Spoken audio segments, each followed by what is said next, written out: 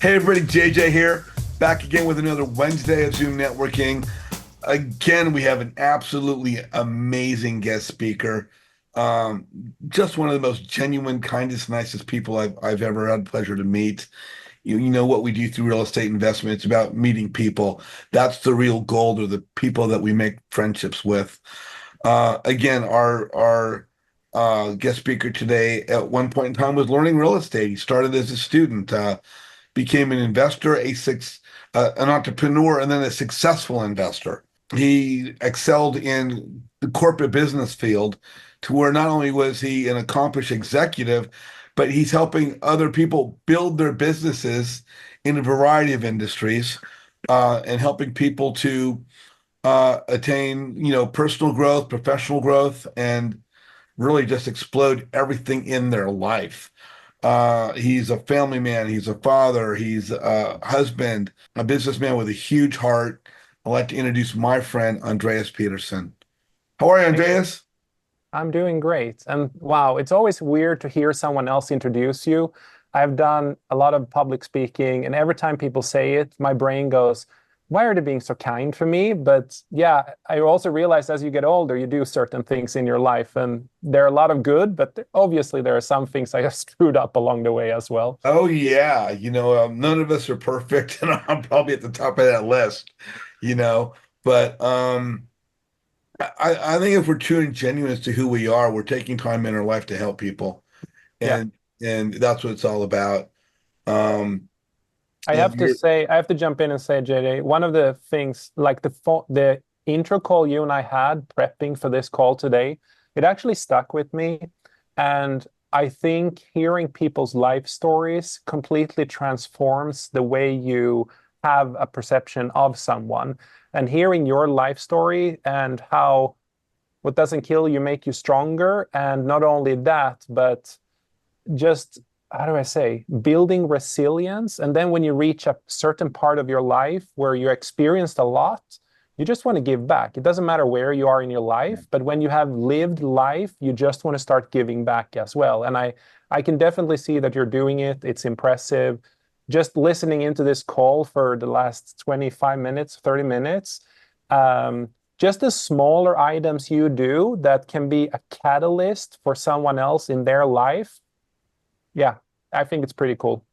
Uh, Thank you so much. Yeah, and back to the call we had the other day was huge. And one of the things we talked about, you talked about your background, I talked about my background, and one of the things you pointed out to me is, and this is for everybody that's on the call, anyone that's listening, we do real estate investment primarily. There are other industries involved here, but primarily real estate investment. We're talking to buyers, we're talking to sellers, we're talking to lenders. We're trying to, facilitate our business. But our businesses, guys, are dealt with people. And the most successful business relationship is a personal relationship. And, we have to be genuine and true and real in how we approach people. And, one thing Andreas pointed out to me, the other day was how you start off the conversation will really dictate the direction of the path and journey. And most people that know me know I try and keep it personal and personable and real. And because I want something from every person I talk to. What I want is the friendship. And the only way for me to get that friendship is to offer myself, my heart, my friendship. And on occasion, um, we never know what's going to happen with any conversation or how things are going to develop. But I like to say only 1 out of 9 people, 1 out of 10 people brings us any value. 90% of the people are just invisible. Doesn't mean they're not doing the work, they're just invisible. But I think it's Once, so important. One of the things we did discuss, and it's kind of on the topic you're talking about here. I'll get to present some of the things I wanted to share as well here today shortly, but I wanted to say that if you lead with how can I help you, and so many people lead with a transactional mindset when they're doing networking or they're on a call or whatever it is, instead, they should lead with, here's the value I can provide. And I think when people shift their mindset to that, and you know the other person, what value they provide, you talk to someone else. And Brenda is a master at this, and I think you are as JJ as well. If you know two people's value and you know that they're looking for the opposite, connect the two. and automatically you have created value for yourself. But if you walk around thinking in a give and take instead of how do we build a bigger pie, you're missing out on so many opportunities for yourself. Now, you're so right. One of my favorite quotes is, "Don't chase the deal, chase the relationship," and that just kind of summarizes that. Um, there's no bigger gift you can receive from another person than their friendship. Correct. And by not chasing the deal, but chasing the relationship, it's a relationship that lasts forever. And as you walk this path that we all walk, same journey, sometimes we will be fortunate and blessed to run across a person like Andreas Pettersson. If we're fortunate enough to get to know someone like him and become friends with someone like him, I love this guy. We had a great, great conversation. Um, I'm blessed. I'm blessed to be able to get to know him, have met him in person, and call him my friend.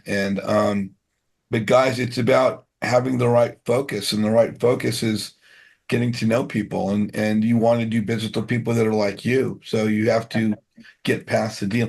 Anyway, we're a little bit further. Can I will tell you, so you did the introduction. Let me do the introduction and tell my journey in a very different way. And then I'm Yeah, going to go go. into like top three things I've learned Well, about leadership, about emotional intelligence, and how to sort of get the results you're looking for. well, You were going to say something. and I wanted to ask you about that, a little bit about your back. Before we get there, number one question, for those that don't know you, where in the country you located? I live in Laguna Niguel in Orange County. Also, networks I belong to. I'm part of. I'm actually in Sub 2, even though I have made one post there and not really done anything there. I am more active in Vina Jedis, Multify, and then I joined with Brenda Rich Summers group as well for boutique hotels.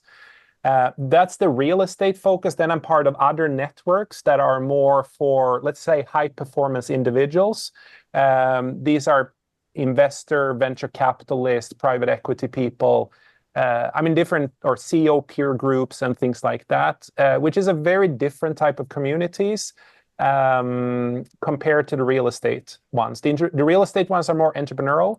The other communities I'm talking about, they are much more about high network introduction type of people. Awesome. So, I wanted to get a little bit as we get into your topic. We all got started a different way, and yet we have certain commonalities. And I want to talk a little bit about your beginning. Mhm. I could tell, you were raised in the South. I believe it was Alabama, right? No. So a good lead in there, considering South Sweden, South. But I hear you, English as second language. That's a funny one, JJ, especially considering your background as well, which we talked a lot about. Okay, I give my. I was like, where is he going with this? But I know the conversation. Anyway, I'm born in Sweden. Sweden, for those who don't know you here, it's IKEA, it's ABBA, it's a Northern Europe country, and the key thing there is a lot of solidarity. There's a lot of helping one another. I don't want to say it's a communistic, socialistic country because it's not, but it's still a very much about helping one another and elevating one another. Countries built around free education, high taxes, sadly. I moved away from there 2014 when I had an opportunity to move to Mountain View in the Bay Area to run an incubation and ventures team. My wife was 8 months pregnant at the time with the second kid. It was absolutely crazy. And that's when we made the move because we wanted to explore a different country. I was tired of paying taxes that are 70%. And yeah, we pay basically the way Sweden is made to create a very large lower middle class from a tax perspective. But if you are a very driven individual, you pay 70% taxes on everything you make, similar to over 150K a year, which is kind of crazy. But anyway, before, one more thing about my background, I grew up as poor as you can grow up in Sweden. I grew up with just my mother. No one in my family have an education. They all worked, like my mom worked at a daycare. I grew up without a father. He wasn't in my life until later. I grew up like I had I don't want to say a poor background, but I had as poor as you can get in Sweden, I guess, which is we grew up with not affording food for half of the month, and I had to eat a lot more in school that provided you food and so on. So I have made a, let's say, a fairly big social journey in my life, but education is free. But I started with failing high school and I started working in a factory and like horrible circumstances and just felt like there got to be something better to life. I redid high school and then I did one bachelor and I have two masters and I'm like, I'm going to work my way out of this. I always worked really hard. I always think that there's always, how do I say, I've always had the attitude of glass is half full. I just didn't understand myself when I was growing up. I was very ADHD. I couldn't listen in school. I had the cool friends and I had the nerdy friends. And I was kind of a hybrid between both. And the cool friends did a lot of stupid shit, or I'm not sure they're cool, but anyway, we had some deaths growing up. With like three of my classmates are no longer here, and like it was kind of an interesting upbringing, but what doesn't kill you make you stronger, right? We talked Yeah. about that. So then I end up in US after working in Europe. I worked in Denmark for many years. I lived in Sweden. Ends up in US, and my mind was blown with opportunities. My career was still like growing up, but not exponentially up. We ran an incubation, a venture team, which is basically internal. We start smaller company within the bigger company, generate products. When those products generate maybe $1 million per month, then we ship them back to the mothership.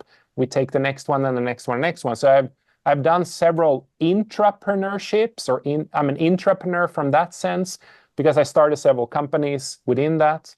2017, we spun it out. And just to bore you with what I have done, I've been a CEO there for last 7 years. And about a month, a little bit more than a month, we announced the merger. The company I started there, it was valued at a 9-figure, and it was merged back with one of the other Canon companies. And along the way, and now it sounds like I'm bragging, but along the way, I was also the youngest CEO of a Canon owned, which is very Japanese driven business culture. So why am I telling you all of this? It doesn't matter. I love one of my absolute favorite quotes in life is you cannot go back and make a brand new beginning, but you can start today and make a brand new ending. And for me, that quote has meant so much throughout the years. Like it doesn't matter what happened yesterday. It doesn't matter where you come from. If you just are willing to put in the effort and you're willing to work hard and you have a very clear purpose and a target, you can achieve a lot of things in life.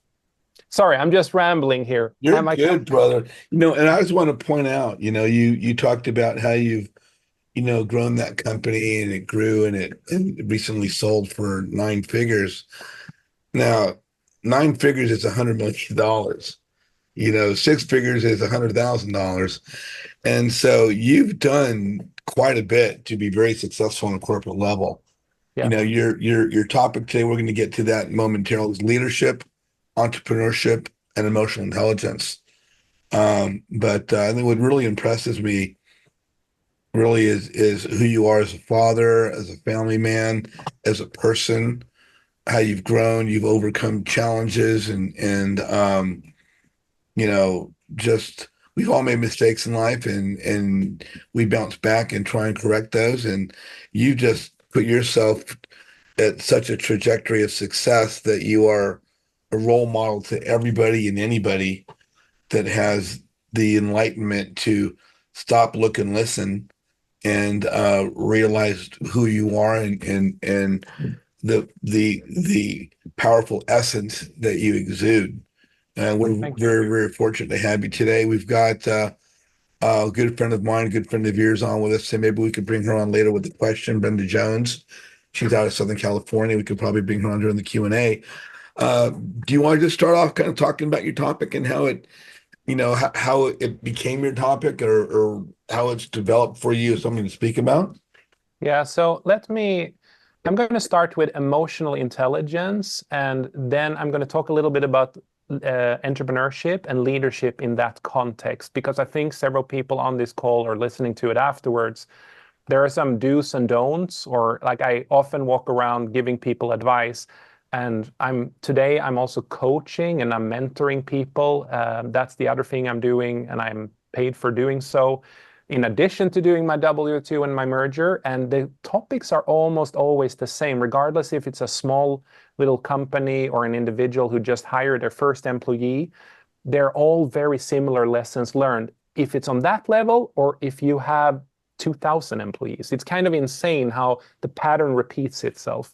One of the things, and I think we talked about it, JJ, and you heard my speech at the Multiply event in LA, and I was thinking about this after you and I talked, like, why is it that I was like, you have to be reasonably intelligent no matter what you do if you want to achieve a change in life. But many of the people I meet that are at the top and they have done very successful life or have successful lives and careers, they're not always the smartest. And I know that sounds weird, but what I'm going to say is I do think that fear and learning to go against fear has been one of my key pillars to get me to where I'm at. So I'm going to explain that very quickly. And one of the ways is a lot of people, when they feel fear, they get stagnant and they walk away. But to overcome fear, you have to lean into it and you have to recategorize it. I think I said in the beginning here, as unfamiliar. And when you do that, something happens in your brain. And you think, okay, it's just unfamiliar. I'm just unused to this feeling. It's unusual for me to follow up on a text message, to approach someone in a networking event. I'm a little shy. I don't know who to talk to. But that's the fear. So I think the emotional intelligence and the journey I've been on for many years was partly to understand myself. And if you try to understand yourself, first then can you understand others. And for years, I was operating like imposter syndrome, or you don't believe you're worthy, you don't believe you have the capacity to do something. And guess what? It's in your own head. It's just an emotion. But if you do the opposite of what the emotion tells you, you will make progress. And as you're making progress, you start believing in yourself. And when you start believing in yourself, then things just snowball.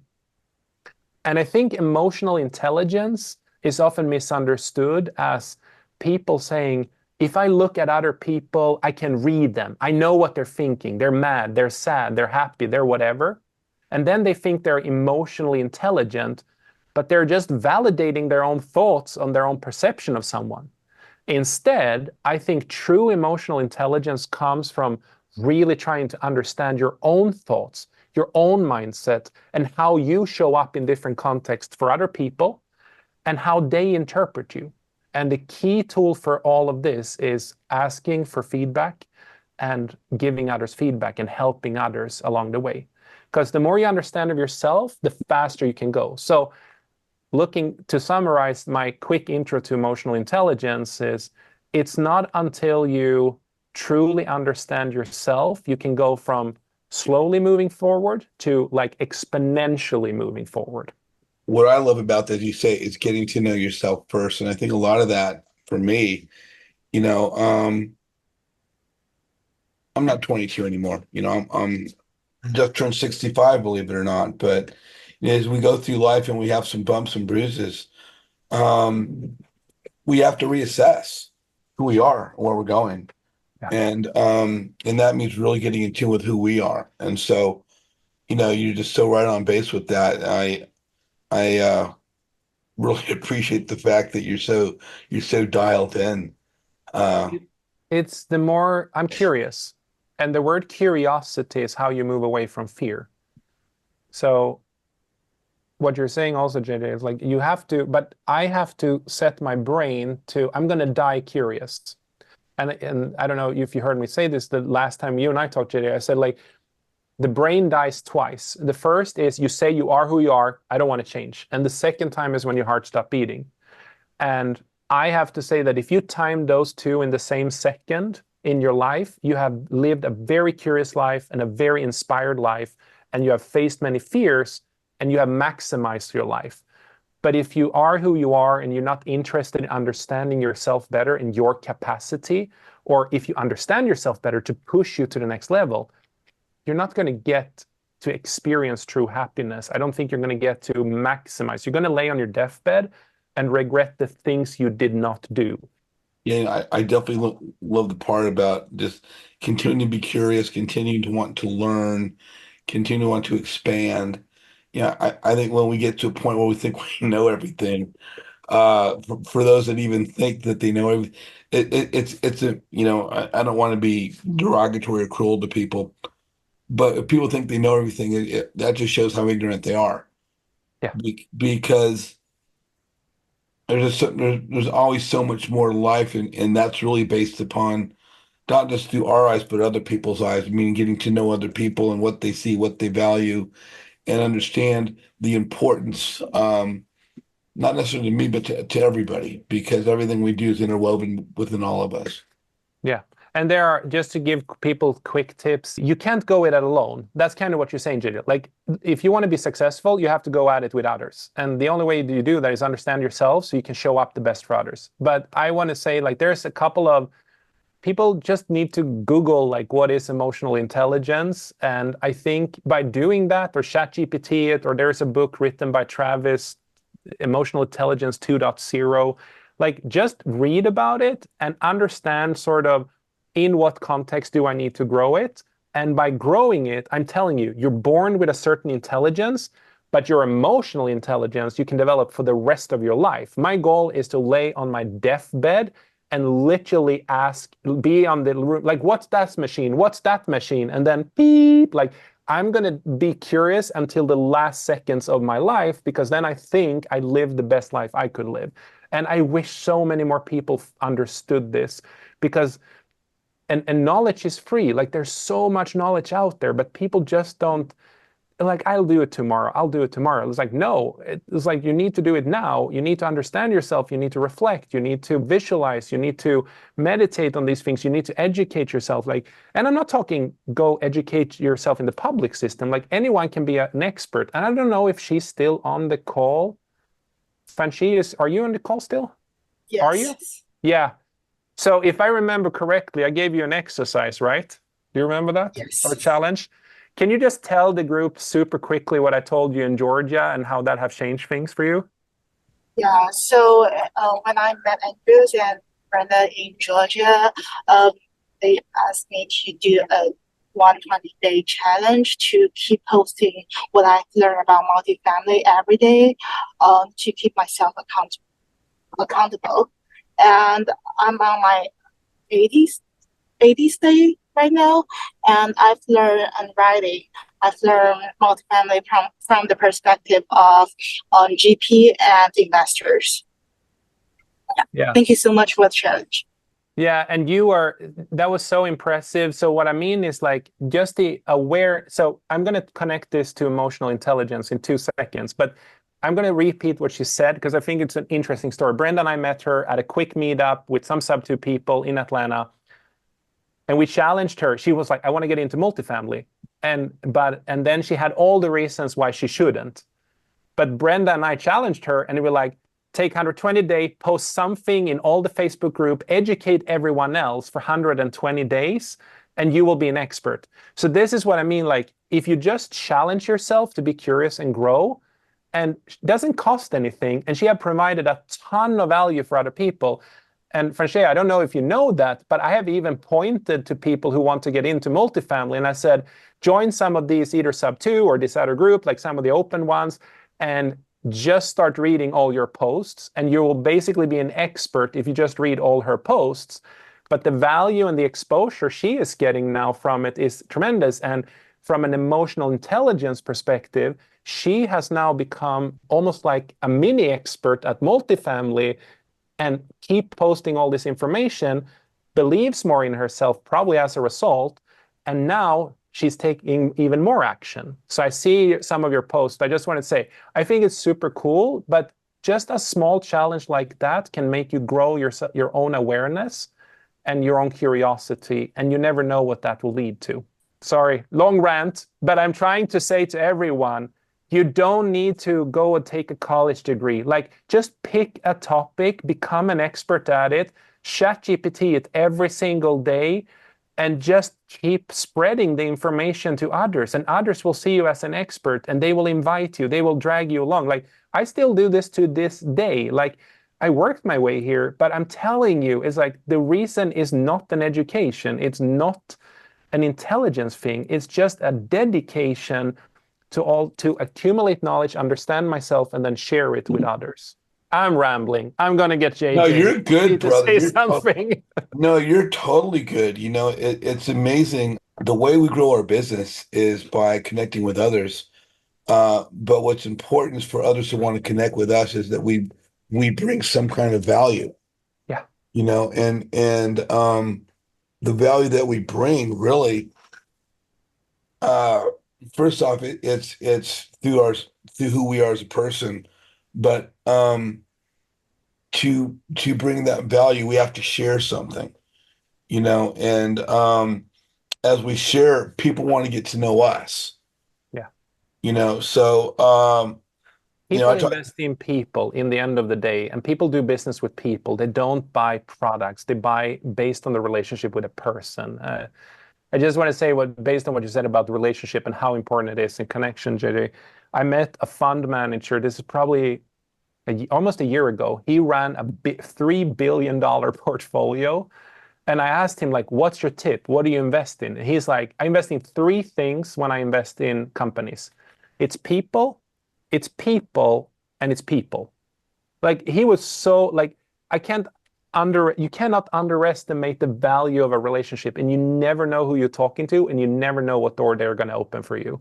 And I think what Franchi was been doing, like, she's on 80 something. I thought it was, she said 86 or 89, but she's on that day of her challenge. But in these communities now, she is starting to be a name that people know of just because she posts some information every single day.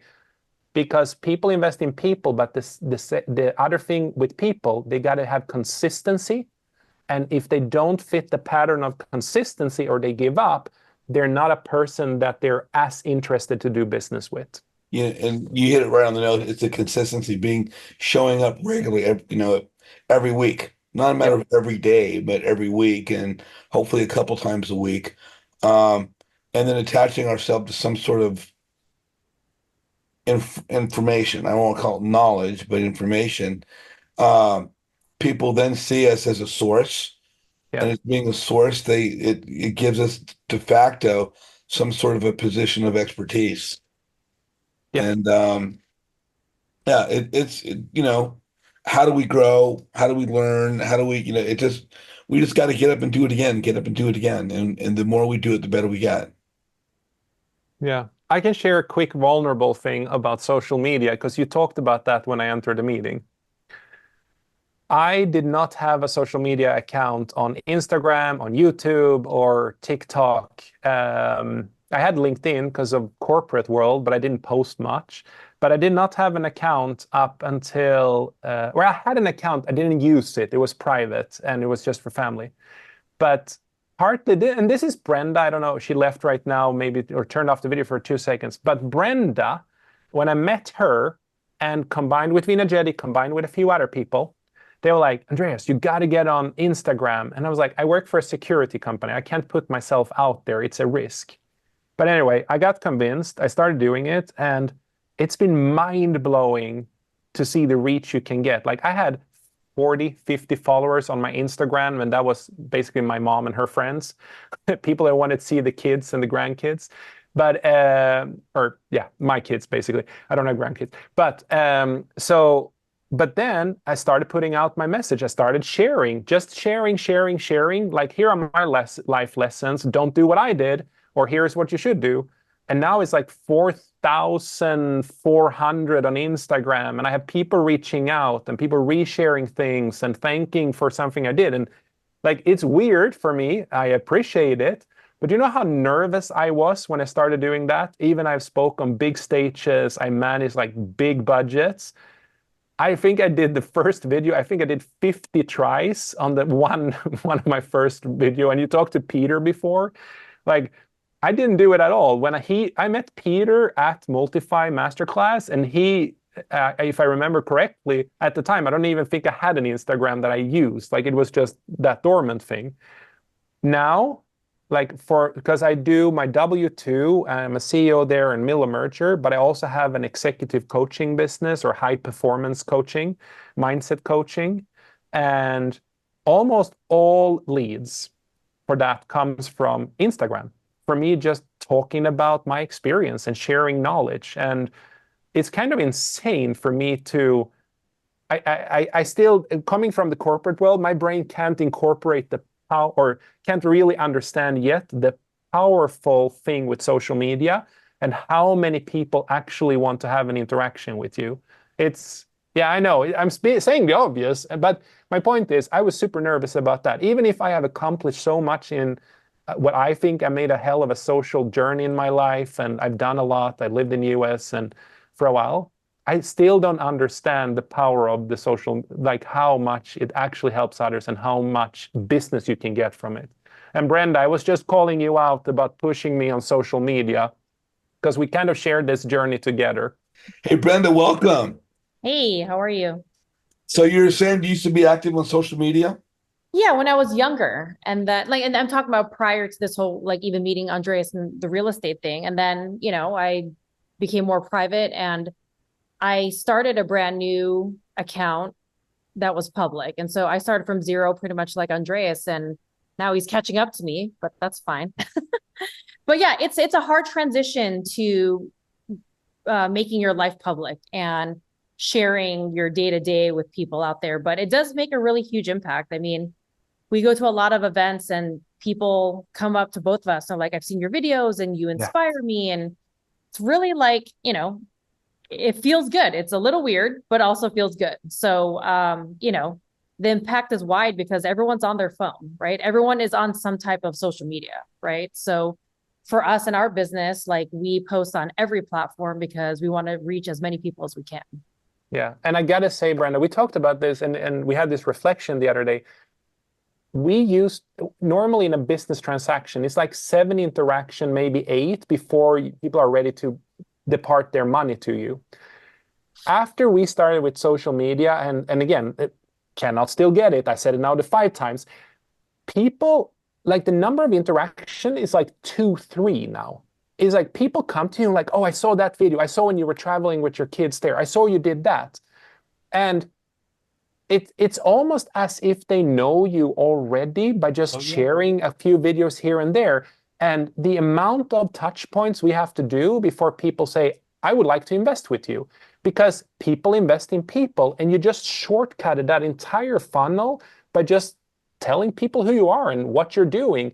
It's the transparency and the genuine thing that, or genuine, I don't understand. I don't know how to say it in English, but thank you. Brenda helps me with my ESL, English as second language, but it's so powerful. And I'm just thinking now, like, what if I started this 10 years ago? I feel like an old person who is like, how do you use a computer mouse? But it's like, that's how I feel. And I wished I did much more, much sooner. And I'm not saying I'm great, but I'm focusing on it. Brenda and I were filming a bunch of things here. Was it a weekend? I forgot, Brenda. Anyway, it was Monday, 2 days Monday. ago. Okay. So my point is, you can invest so little time into it, even just putting up a story here and there, putting out a reel here and there, even if it's just like taking a photo of your dog. I still feel like now I have something to talk about. Oh, you have a dog. That's a super cute Labradoodle or whatever it is. Don't underestimate the power of shortcutting the business cycle. Psychologically, people feel connected to you. If you don't do it, just be prepared to walk a longer road before you get the results you're looking for. Yeah, very much so. Yeah, Brenda, we were talking about this before the call started.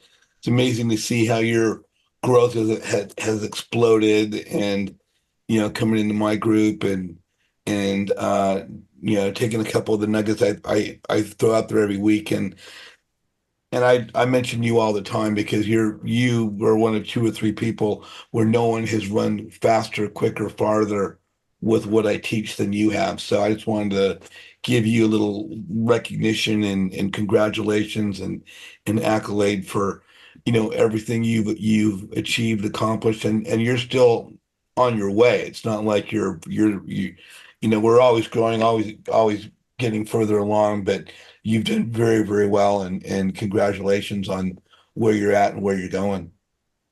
Thank you. Actually, I want to share a story, and I don't know if you know the story, JJ, but because of the things you taught me with social media and like bringing value to people, I had developed a relationship with someone on Facebook, and I reached out to this person over a year ago, and it was just commenting on their like YouTube videos. And then I found out this person was in Huntington Beach, so I was inviting this person to my OCJV, and I was just trying to pour into this person, and I really wasn't getting anything back, which is fine because who the heck is Brenda? She doesn't know anything. And I just out of nowhere thought, hey, why don't I ask this person? Because we were looking for a new location for OCJV. Like we grew out of our current location. And I asked this person, I'm like, hey, do you have a free spot I can host my networking meetup at? And he said to me, oh, maybe we can host it at our office. Well, I learned that he's the executive vice president of Tarek Al Musa's businesses, right? And so now I'm hosting OCJV at Tarek's office in Anaheim. And like, if you don't know who Tarek is on this call, you're probably in the wrong room. But like, he's a big person, right? And this relationship with his EVP grew over a year. But if I didn't reach out to him on Facebook, if I didn't introduce myself, if I didn't comment on his videos and support him, like I wouldn't be where I'm at right now. And again, like just to the testament of like this fast forwarded everything for me, right? And now where am I going to go from here? Like it's really amazing. So Andreas mentioned fear. Like, yeah, I'm afraid. Like 6 months ago, I was terrified of filming videos and just speaking in general. Like I'm great in person or like one-on-ones, but I hated filming because filming into a camera is very awkward. Like it's not natural. But I'm much better and I have a lot more where to go, but like I'm growing and I'm just doing it, right? Like just take the chance and don't worry about what people are going to say about you. Yeah, exactly. Exactly. Well, Brenda, I want to thank you for coming on and being here with Andreas today. And as we move forward, I'm sure we're going to have more time to bring you on and ask more stuff. But obviously, you guys are now working together. You guys have partnered up together. Do you guys want to touch on that briefly while we've got Brenda on and talk about some of the things you guys have grown into together? Brenda, go. Oh, I mean, this is your show. I will hear my voice for the rest of the call. Sure. Yes. So we partnered up with each other. So I guess like a backstory, right? I'm running OCJV. Andreas came to one of our events. Most of the people in our events do single family. And I was the only one talking about multifamily. So, we connected with each other and I told him about Vina's mastermind. So fast forward, this was like last October, so we decided to partner up together with his wife as well. And we started up a fund. So our fund is Leapfrog Funds. And we invest in value add multifamily properties. The markets that we target right now are North Carolina, Tennessee, Georgia, Alabama, and Ohio. And we're actively, raising money from accredited investors. And then we're actively reaching out to brokers trying to find good deals. So yeah, and finding deals right now is hard, but we keep hammering at it. We underwrite like 20, 25 deals a week right now. And I can tell you, we even had to stop soft raising money. We hit almost $4 million after a few months, and people are like, take my money now. We are ready to go. And one of the people in my CEO peer group, he's like, I got $2 million. I'm ready to go. Where is the asset? And I go, I don't have it yet. Like we keep underwriting. I don't have it. And the vintage or like how you're in your fund or whatever you do in real estate, like the first three transactions you do define who you are as a player in this field. So I am very confident that we will find the right one. But we still haven't found the right deal. And now we're sitting, like Brenda and I said, we talked about this, they're like raising capital is easy. Getting the deal, not so easy. So if anyone on this call have any opportunity for 30 units and above in a C plus, B minus, like reach out to us. We will give you even a GP split for the right deal. Like we just need deals. They need to pencil out, but it's hard. And then I thought it was just us, but then I talked to someone who underwrites a lot, and she said we roughly find one deal for every 800 underwritings we do. So we do 800 underwritings to find one. And she basically said, and she does this for a living, and she said, just keep going. You will find it. And the further we get into 24, more into 25, you're not going to see one. You're going to see many. Those numbers will change because there's a lot of distressed properties out there right now, both in single and multifamily. Just keep at it. And yeah, sorry, that was a long explanation, but I'm just saying, I wanted to tell people who are on the call listening to this afterwards, just because of the interest rate, it's an election year. There's a lot of things going on in the world right now. Don't give up. Keep moving forward. You will find the deals that make sense. And every now and then we stumble on people that want to JV on something or so on. So it's like the deals are out there. You just have to make sure that you keep going for them. The only thing I want to add to Brenda is we're raising another 4 million this year. So we're gonna try to raise $8 million to hit $20 million under asset management when we find the right deal.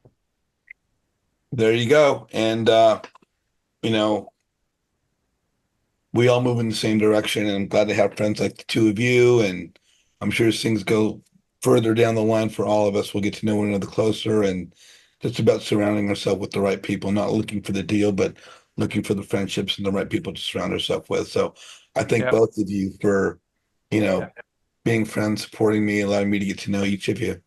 But let's jump back in. So we kind of covered emotional intelligence. Did you want to speak about leadership and entrepreneurship for a bit? We've run on lengthy here, but we still got some value to share.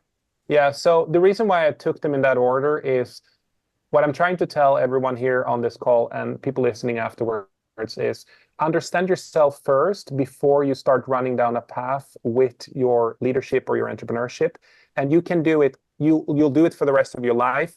The more you understand about yourself, the more personality assessment tests you do, the more you journal and reflect on what your experience is, your emotional state, what you have learned, the more quicker you'll learn about yourself, the more reflective you will be on other people as well. So why am I saying all of that? It's really hard to partner with someone when you're starting a company, or even if you're a solopreneur, you're still going to sell and do business with other people.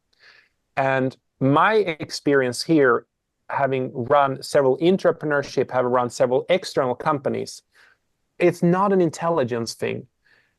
It is knowing who to partner with, or if you don't want to partner with someone, find your accountability buddies. And the number one thing that I've seen happen over and over and over again for people is that they are, and I think this is actually a pandemic with people, like it's bad. People are over-educating themselves.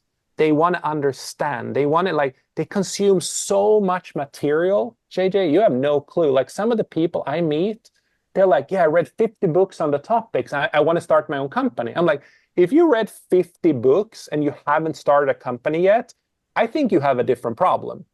And some people reach out to me and they're like, oh, I've been doing this. I've been running a corporate job for 10 years.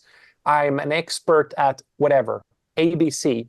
It doesn't matter. And now I am reading this book, I'm taking this course and blah, blah, blah. And I go, why don't you just do it? Like, what are you waiting for? And entrepreneurship and starting a company, or even no matter what it is, like you just need reasonable amount of information. I meet so many people. I call them masterclass junkies. I call them community junkies. Like I met one person, they were in 10 different things. And my brain goes like, okay, how many deals have you done? Like, oh yeah, we haven't done deals yet. And I'm like, if you've been in 10 masterclasses, something else, like you're missing the point here. So taking action. And how do you take action?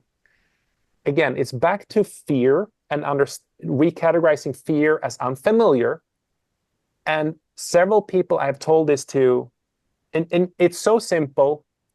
And you will say, why is he sharing this?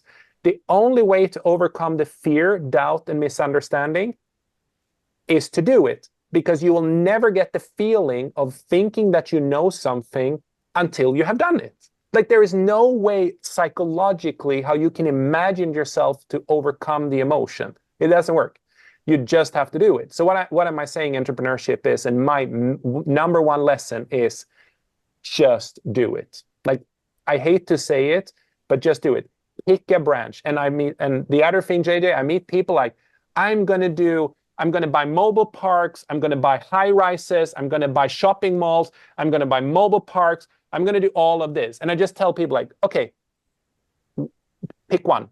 And they're like, yeah, but I'm still analyzing it. Like, no, roll the dice, pick one, laser focus, go deep, go as narrow as you possibly can. Like, don't just say mobile park. Like, pick mobile parks in Texas, in Austin, in the south part of the town. Like, you have to go super specific and super narrow.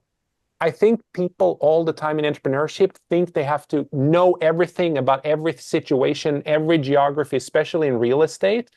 And then that's why they don't take action. And then what they do, they keep listening to social media stars who are making it sound like it's easy, but never compare yourself with someone else that is on chapter or year 20 if you're on year 1. So it's like, and then they think, I got to educate more. Like, no, super narrow, one specific thing, and that's how you start your entrepreneurial journey. You get an anchor in one area, you get the experience, you make sure that your risks are managed accordingly, you focus on the solution, you surround yourself with other accountability partners and the right partner, and now you start getting traction, you start moving, you start believing in yourself, and now you can go to the adjacent things. So if you were in Texas and Austin, now you can go to Dallas, now you can go, and so on. Don't try to do it all. Don't educate yourself to death. Like, just do it. Yeah. Okay, I need to get off my soapbox now. You're good. No, so true. And of course, that's the good old Nike phrase, just do it. But yeah, we got a question. Sorry. It applies all over through the real estate industry. Yeah, we got a question. Let's bring on my good friend, Serena Bales. You're on with Andreas. What's your question? Hi. So you went very quickly over finding the right people. And what I find that really helps me is finding people that share similar philosophies. Yes. And I don't mean just like philosophies in business, but also philosophies in life and abundance. You can very quickly listen to people's language and hear abundance or scarcity very, very quickly if you know what you're listening for. And so when I talk to people, that's what I'm looking for. And my secret sauce for people I want to work with, and I don't know if it's yours either, passion. Yeah. Like, you have to have it. And when I hear it and I see you light up, like when you're talking about it, I'm like, yes, let's do this. Let's do this right now, because that's so important to me, not just in people I'm working with. And I'm talking about vendor partners. I'm talking about like just anybody I'm working with, but especially my coaches, especially people I want to work with. And it's so crazy. I'm getting chills listening to you because nobody else talks about partnerships. Yeah. Like, everybody I talk to tries to talk me out of ours. I'm like, but it's been the best thing that's ever happened to us. No, you can't build a business. One doesn't scale. 1 times X, doesn't matter what it is, it's still like, it doesn't scale up. That's what I'm trying to say. And I love the word passion. And you can clearly hear I get frustrated. I'm not frustrated, passionate. I get passionate here. Yeah. And the reason is that I see so many lives and dreams broken from people just not taking the next first step. And they have dreams and aspirations, but they don't take that step. Again, to call out Fanchi a little bit, she took the first step by just making that challenge and making a difference from others, and people will want to partner with her because of it. Like, she will be in a different mind space compared to everyone else. You say passion, I agree. I think regardless of what it is for you, I recommend you, Serena, anyone else, core values. Like, figure out how you show up when no one else is looking. If you know that, and then ask other people what they are. Like, I also share passion with you, Passion is drive. It is like going when everyone else is stagnant. Integrity is big for me. You say what you do what you say, no politics, like all these, you show up, you don't do bad business, like you don't cheat people. Like because if I lay on my deathbed knowing I cheated people, I will feel horrible. And it's not, and I just want to say this to everyone who makes bad split-second decisions. It's not the decision itself that is wrong. It's you not stopping yourself 10 seconds afterwards. So you can do something stupid in the moment, but just correct yourself directly afterwards. You can still save it. So there is an exercise defining your core value.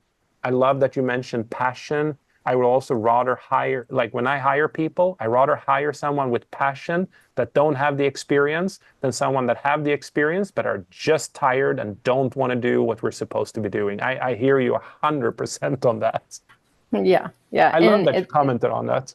Yeah, and I always find it's calculated risks. Yeah. You know, definitely take into account what people are telling you. But at the end of the day, I always tell them it comes to sleep. Like, what is the decision you're going to make, and can you sleep at night? Yeah. Because my threshold is a lot greater than your threshold. I do this for a living, you don't. So at the end of the day, you're going to have to make the decisions that are right for you. I'm just going to give you a menu. So yes.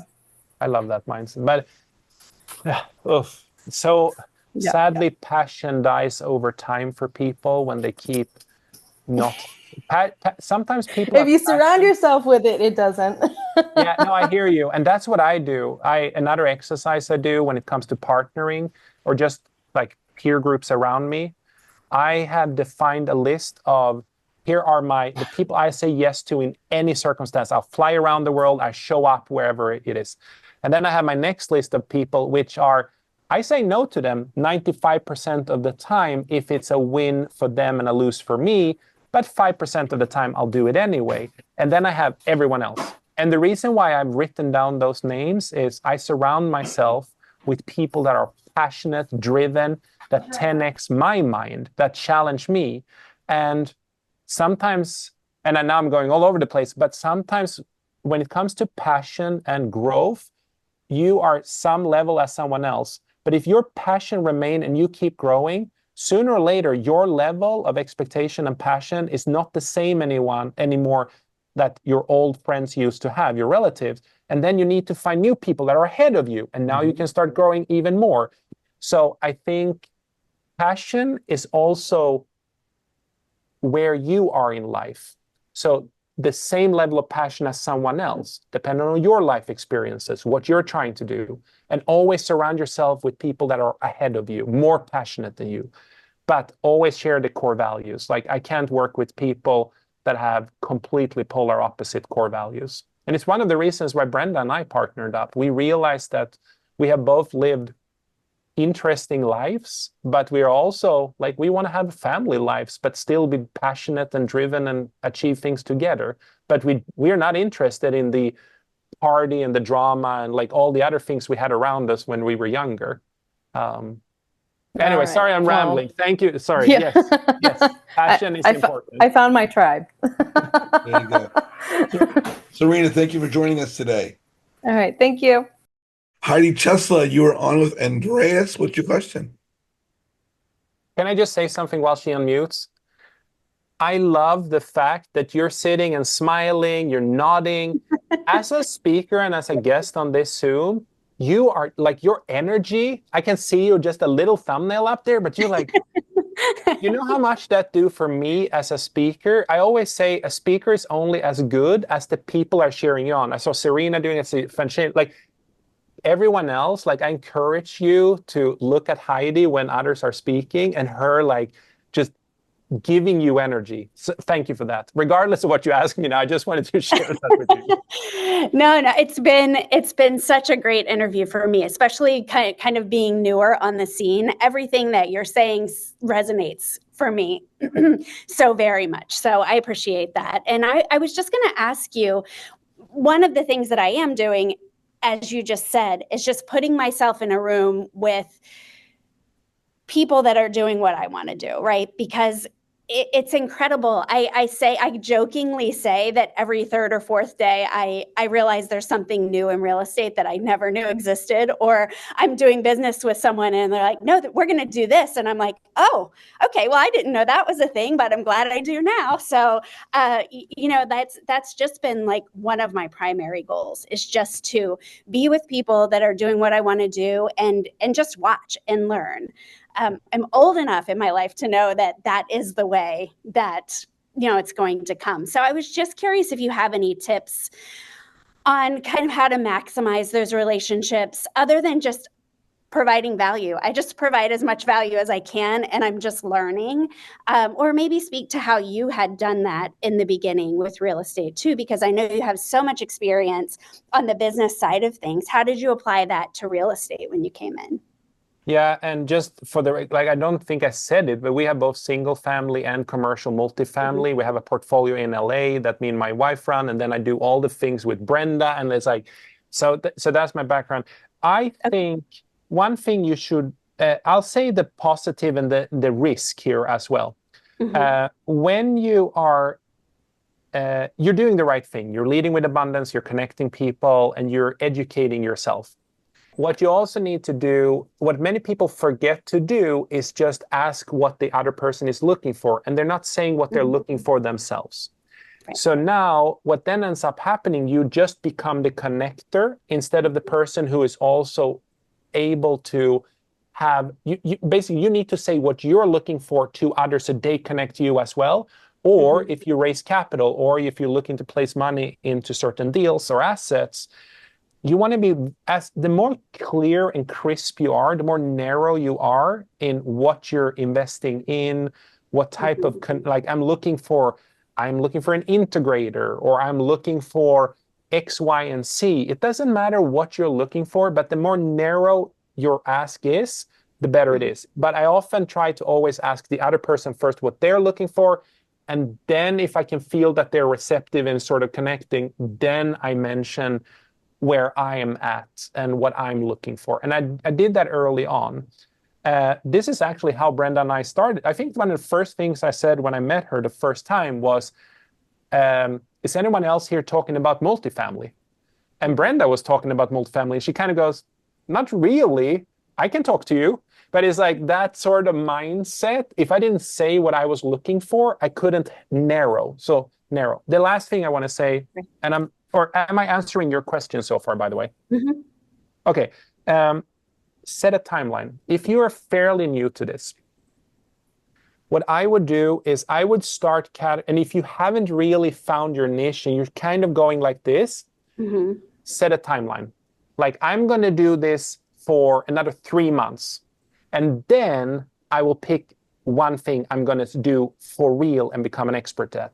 Because otherwise you end up being the information junkie, like I was kind of talking about, that knows a little bit about everything, but you're not an expert at anything. And that's when people get stagnant and they don't 10x their real estate career.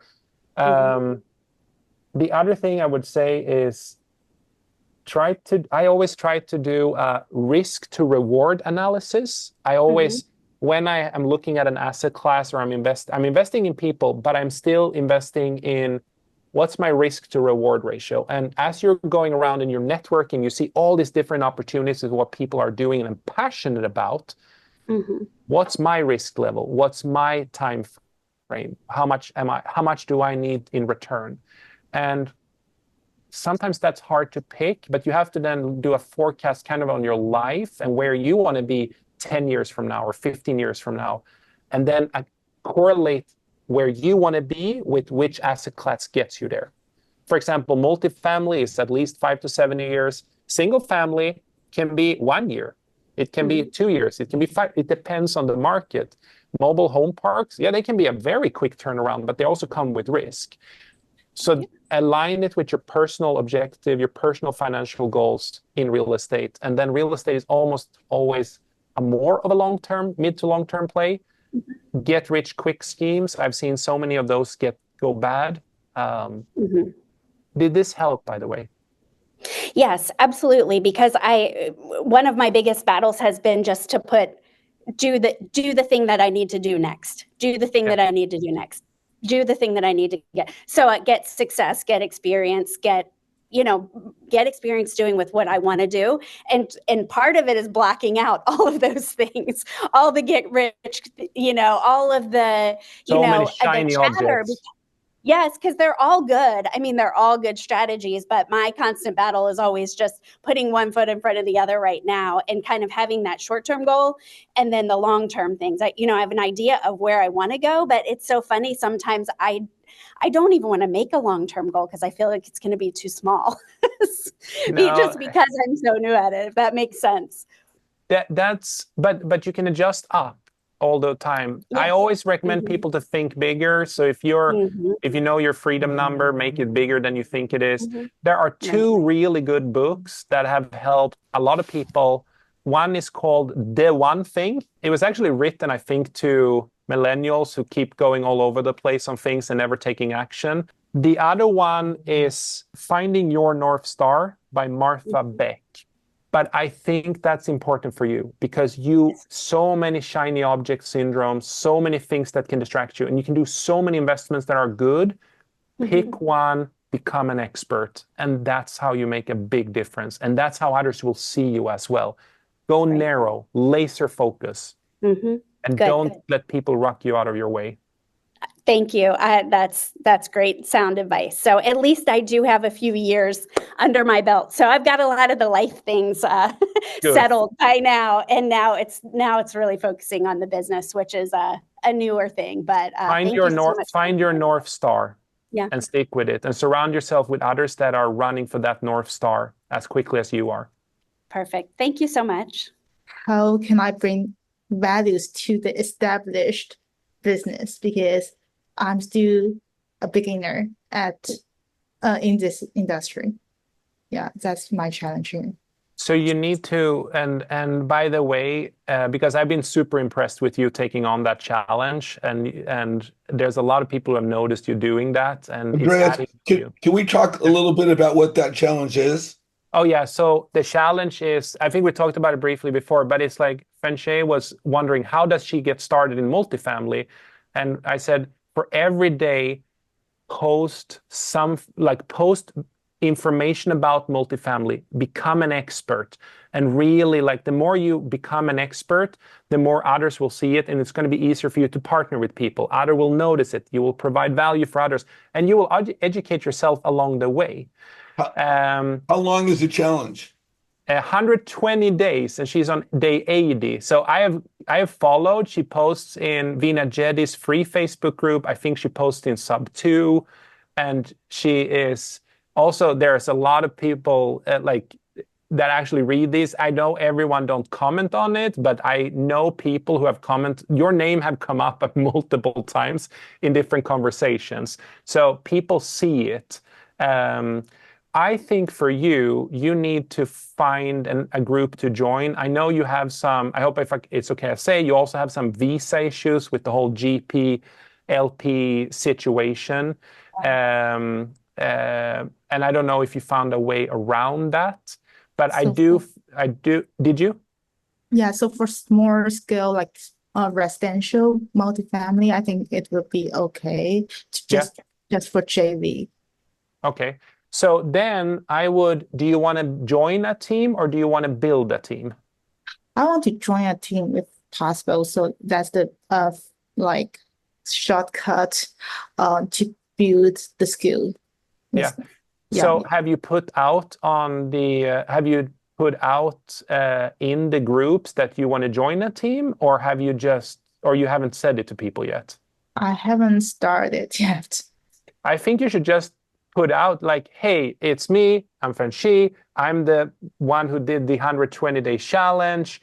I recommend that you are, and then you put that out there, and you said, when you finish it, or even now you can do it, and you say I'm looking for someone else to partner with or even if it's not partner with, who wants to jump on a call and figure out the strategy, how we can start acquiring smaller multifamily. And I think by you doing so, if people are not mind readers, and if you don't dare to put out that you're looking for the partnership, people won't find you. So part of this is you just being courageous or like being brave and putting out that message. I think you might find them in sub 2. I think the people in Multiply, they will want to go bigger. But there are some people in there also that are making the 1 to 4 unit. I'm trying to remember her name right now. Brenda, you can help me in Salt Lake City. Lisa Moore. I think she buys some smaller stuff as well. I'm not sure if she's interested in partnering, but put it out there and others, and someone will find you. Of course. Thank you so much. And I've been so impressed with what you're doing. You have my phone number. Let's jump on a call. I can help you brainstorm. And like I said, you really impressed me. Brenda, you and I'm volunteering you and me, Brenda, but like you and I can jump out there. We can put on social. We'll help her because we've both been impressed by you. Thank you so much. Andres, I wanted to jump in as well. Ponce, if you're looking to build your visibility, maximize your opportunities. I say this all the time. Networking done properly leads to visibility. Visibility acquired properly leads to opportunity. My group is completely free. I would be glad to, bring you on. I never bought into the word mentee, but I get it now. But to be your mentor as far as networking, help you build your visibility, help you build your network, help you build your brand. And of course, everything I do to help my fellow investor, I do for free. So I'll just say, join my group. Let's connect. Let's get you on.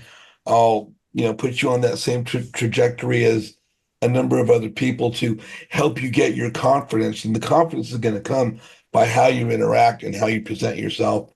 And, Andres, just listening to you, knowing what I put out there, it's just a matter of me now kind of repackaging it, retooling it, because I definitely see the value of what I'm providing people. And I think sometimes I'm a little bit too modest about it. But there's so many people like yourself, Sanjay, who are successful, who are growing, who are making leaps and bounds progress over the 90% of the people that aren't. And to hear that the last niche people are looking for sometimes is, how do I be visible? How do I showcase my value? How do I build my business? Because a lot of what I talk about is, you don't market your business, you market yourself. Andrea said it multiple times. People look for people they want to do business with. And as you mentioned earlier, I hear a lot of new investors say, I'm new, I'm not experienced, I'm not sure what value, or I don't have any value. But the thing is, when someone in the position of a newer investor is now networking, I'll just call it, with larger scale investors who are extremely successful, yes, they're looking to meet other successful investors, but they're not going to be exclusive to that. They're very open to meeting newer, younger, inexperienced investors. And what they're seeking in those people are not the experience. They're looking for someone that presents himself well, someone that speaks well, someone that projects well, someone that has confidence, someone that could represent them, someone that could bring along and develop. And none of these have anything to do with experience, but it has everything to do with how you present yourself. And that comes through networking. And the more you network and meet other people, whether it's Heidi Chesla, whether it's Samantha Miranda, whether it's Brenda Jones, people that you could pick up the phone and call at any moment with a question, who can then give you that answer, you're going to become more confident as an investor as a result of your networking. And the more confident you become, you have no other option but to become more successful. So I say, let's you and I also connect. I've sent you a friend request on Facebook. We're on a text thread with Heidi Chesla. But you're getting recognized by Andreas and Brenda. You're obviously well on the path. You're the kind of investor that I want to meet. I want to network with. I want to build a relationship with. So, girl, let's you and I run fast. Can I make a comment? Thank you. So the thing you can do to help keep yourself accountable and take action when you feel like you don't have value to bring is starting a meetup, right? Which I know sounds very daunting, but that helped me because I literally had I didn't know anything about real estate investing, right? But a group of us, which you don't need a group, just grab someone. If there's only 3 people, just like when we met in Georgia, there was only 4 of us, right? That's still a meetup. But if you start gathering with people on a scheduled time, you hold each other accountable, and then you just learn from each other. and then you spread the word, and then people that are more experienced and know more than you will come, and then we can learn from them. And then what you've learned in the past 80 days, you share with newer people, right? So you just keep on passing it down like a domino effect, and then it will grow. But that was probably the one thing that helped me grow the most, is that every 2 weeks we were meeting together from OCJB, and we started with only 11 people. Now we're at 100 in person, 1,000 in the group, but I learned so much just by surrounding myself with people like that. So you need to create these opportunities. You can't wait for it to happen to you. That's And it. Brenda is so right. Thank you, Brenda. Brenda is so right, Francie, because just the mere fact that you're hosting a meetup makes you an expert. You don't have to be the most knowledgeable person. But as you bring people together, again, like myself, you become a connector. My very first Zoom call was 7 people. 4.5 years later, my group is at 4,500 people. And I've had over 400 Zoom calls. But it starts with the first one. I was just going to say, I'm relatively new too, but I just wanted to encourage you. People in our position sometimes don't underestimate your value, because one thing that I have been very good at is listening in situations. And I have been so pleasantly surprised at the value I've been able to bring to other people just by simply listening and understanding what people need. So don't underestimate you. And sometimes you won't even know.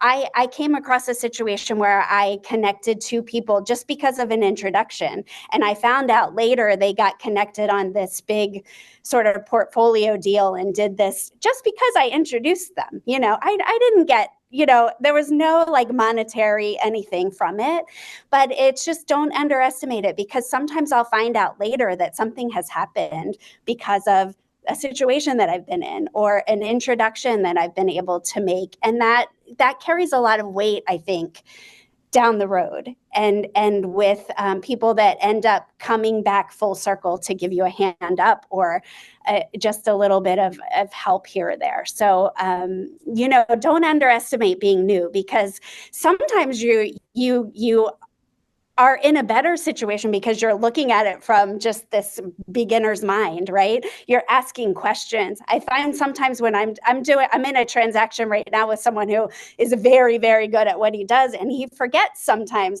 the investor that we're working with is just, they're very young, they're very new. And I think he forgets sometimes, especially with creative things, that we need to explain things kind of like a second grader. And I am there, I kind of understand the question that they're asking, and I'm able to be a little bit of a translator there. So don't underestimate your value, especially being new. If you're already gaining traction, you're just going to fly from here. So yeah, I hope that made sense. I just wanted to put my little 2 cents in. Oh, no, it didn't. Heidi, thank you so much. Sanjay, part of being new is a couple benefits. One, you don't have any bad habits. The other benefit is, as you're trying to understand things and someone's saying something, it's like, please make that clear. Please make it more understandable. Please allow me to comprehend that better. And there's nothing wrong with asking for clarification. But these are things that people that don't always see the forest through the trees need to slow down, spell it out just a little bit more, just as Heidi was saying. And again, I know you guys have exchanged text messages. I wholeheartely hope that you connect with her. She's fantastic. You're fantastic. What I do is connect people. And you've already connected you with her, and let's you and I connect. And again, thank you so much for coming on. Andreas, do we have anything more for Sanjay? No, but you have my phone number. You have Brenda's phone number. Shoot a text message to both of us after this, and I will see how we can maybe help you find the right people to talk to. So, Andreas, we had a couple things to chat. Did we get to the leadership part yet? I know we covered a couple things. No, so I realize so the time flies. It tends to do that. Don't give me the microphone. But I wanted to say on leadership, there are 3 things that I want to take from leadership in general, and I need to apply, and I highly recommend everyone who partners up in any deal to apply them. The number one is And I often say hire slow and fire fast. Find your partners very slow. Date and figure out what you want. But if it doesn't work, and you know it doesn't work, you have one life, eject yourself out of a bad situation. Don't continue with a partnership if the other person is not showing up for you. It's the same in relationships. If you know, don't wait. The number two thing that I see a lot of partnerships, and I learned this from leadership, fail on is they're only celebrating the positives, but they're not celebrating progress. They're only celebrating when they get the number, when they get the deal. And when you grind and you work hard, like what is it that keeps you going when you're having a bad day? Well, it's sometimes just recognition from another person, from the person you partnered with. So give positive feedback, like, wow, we underwrote 10 deals today. Can you imagine? Like, we're getting closer to our 800 number. But if you don't give that positive re-encouragement, and this also goes on feedback on negative, if the partner is doing something you don't like, if you ignore it, you're going to start building resentment and you end up with a bad partnership. Mm-hmm. You got to be direct. You got to, and no one can take away your perception. So it's your perception as a leader or as a partner that things are not working. You need to say, my perception of what you did in this situation impacted me the following way. Here is what I felt. Here is how I perceive the situation. I need you to know this because going forward, like, I am not okay with this. It depends on how much you want to escalate it. People tend to not actually give positive or negative feedback in business partnerships when it comes to entrepreneurship, when it comes to any business transaction, and it always leads to resentment. It's the same when you have an employee, like, you have to give the feedback because you don't want to end up where you're firing them or where you break up with the partner. If you know it, nip it in the butt early, be honest, and just do it from a place of love, both negative, but also from positive. Celebrate progress, not just the crossing the finish line. A marathon runner don't only celebrate, like, they celebrate along the way when they drink water, when they hit a certain mark, and so on. Don't celebrate when you cross the finish line because you will maybe never cross the finish line then. And then the last thing on leadership that I've seen happening over and over again is people are limiting their mindset. This is a leadership thing. Good to great. There are many books out there, or like, the problem is the scaling up mindset. And people think that just because they have the emotion of not having done something within leadership before, they assume that they have to organically take one step ahead and everything becomes sequential for the leader. But the leadership mindset should be in parallel, and it should, so like things overlapping, and a good leadership mindset should also be around, how can we do this 10x faster? How can we go, like, how can we think bigger? And almost everyone I meet that are ultra successful, they always think bigger, always think way bigger than everyone else. So if I ask a person that is already successful, what's your freedom number? They won't go, yeah, my freedom number is, like, people that are early in their lives, they say, my freedom number, if I have $5 million in equity, I will be fine. I can live off of that. These people that are really ultra successful, but have hit the 5 million, 10, 20, 30, and so on, they always increase it way more exponentially every single time. And that's how their life comes trailing afterwards as well. So a leadership mindset for your business, for your partnership, always go bigger. Always go bigger. Go so big you feel uncomfortable, like you want to puke, like, oh, I almost don't want to say it. Now you're at a level, go for that. So shoot for the top of the mountain, and you're still going to end up at the top of the mountain, not the base of it. That's a leadership mindset in my mind. It goes with entrepreneurials, it goes with emotional intelligence, goes with everything else. But if you now reel back full from where I started, just stop educating yourself and just take the first step. Is kind of the mindset that leads you to that end goal of scaling up your organization, your company, your investments, whatever it is. You've covered so much content today. You've shared so much. I know people are taking notes, and the value of everything. I mean, I'm probably going to look into getting into how I can edit my Instagrams and take out short clips and put more shorts out there. It's one of my next steps. I need to learn how to, like yourself.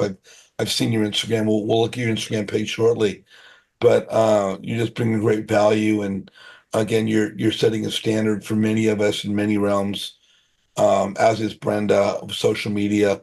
I know I'm doing the networking thing as well, but there's so many other ways I can improve, and one of those is real stories and things of that nature. Um, well, I'm kind of wrap up. We're going to have you back, brother. You got so much to talk about. But I want to hit two things really quickly. Um, if people not only on the call but watching weeks and months down the line on YouTube want to connect with you, what's the best way to reach you? Would it be your MySpace page or your Yeah, definitely Snapchat? MySpace.